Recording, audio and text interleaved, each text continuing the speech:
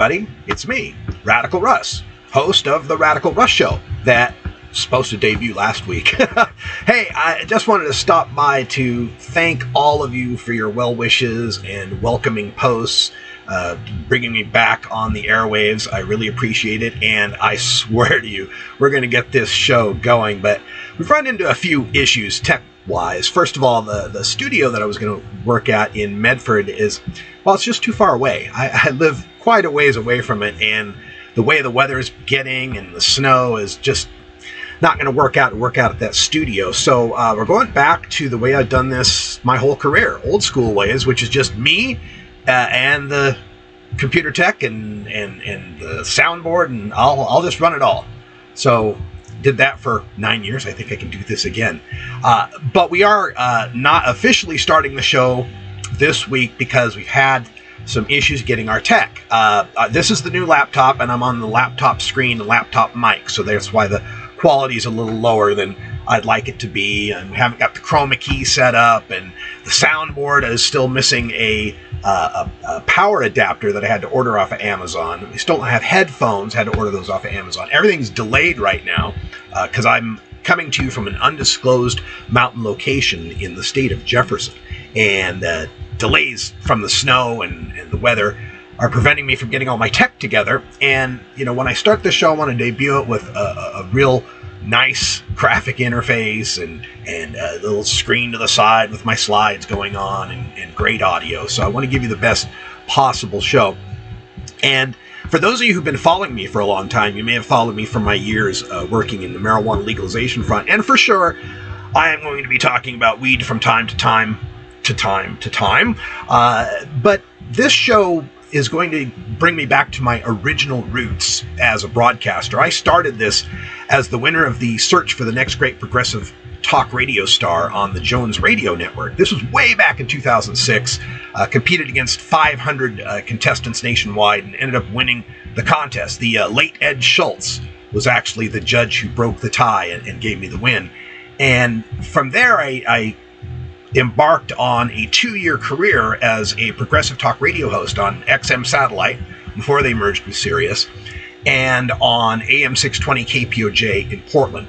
And that's what I'm going to get back to, is doing my progressive talk radio. So part of that is that this podcast is always going to be live. I'm going to be live here on YouTube, and on my website at RadicalRuss.com, I'm getting the audio set up live. I'm going to be setting up Radical Russ Radio, a 24-hour radio stream with music I love and my podcasts and such, so that you can catch this live. And we'll actually have a phone number you can call into. I want this to be like a talk radio experience. I really feel that in the situation we're all in right now in America, where we're feeling our democracy slipping away from us, a lot of us are just wanting to scream out or feel that there's someone else with us, that we're all together in this, and I want to do a little bit of that. So we'll have a talk radio phone number.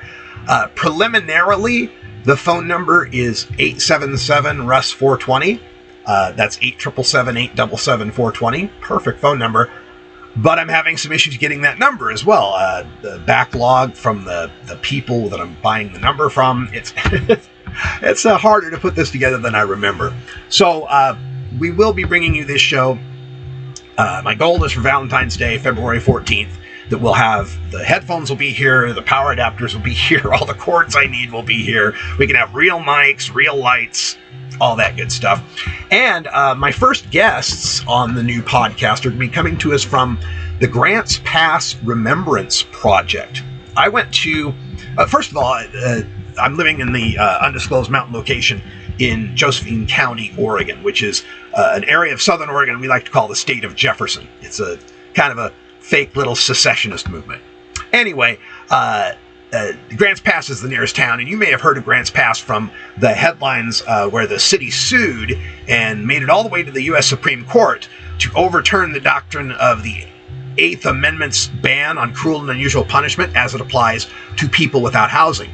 Basically, the Supreme Court had decided for years that if someone's got nowhere to go, you can't lock them up for sleeping somewhere. People got to live. And the Supreme Court said, nah, heck with that. Grants Pass, go ahead and lock them up.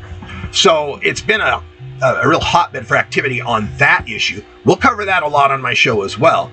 But in Grants Pass, I went to the Martin Luther King Day celebration that they had on the 18th, a couple days before, at the Grants Pass High School, and met with people from the Grants Pass Remembrance Project. And what that's all about is the fact that Oregon, if you don't know, was the only United States state that was explicitly founded to be a whites-only homeland. Black people were explicitly banned from the state, right? You can look it up. And in Grants Pass was one of many towns that they called Sundown Towns. And if you know what a sundown town is, that's where black people were not supposed to be in that town after sundown, or else, fill in the blank. So Grants Pass was one of the last sundown towns in the state of Oregon, all the way up to the 50s. And the Remembrance Project is getting black residents and white residents to recall those times and to give their oral histories and to, reconcile this past. And their reconciliation project is called From Sundown to Sunrise, which is beautiful. And so we're going to have a couple of representatives from that group joining us next week on the podcast to talk about race, to talk about the Remembrance Project. That's something else I'll be covering a lot on this show. Again, looking for progressive politics, but also as a cisgender, straight, white, heterosexual, I guess I said that already, American male, Gen X guy. My cohort is a lot of the problem in this country. So I'm going to be finding these issues that white guys aren't talking about and need to be talked to about, and bringing black voices and gay voices and immigrant voices and disabled voices. Basically, I want to talk to people who don't look or are like me. I think it's time for us to bring some more of that together, especially directed at guys like me, and to broach those uncomfortable subjects from a good faith perspective. Good faith perspective of wanting to build diversity and equity and inclusion in this nation like we should. One nation, equality for all, that kind of idea, the propaganda we were founded on, the stuff I was led to believe as a kid. Let's get back to that.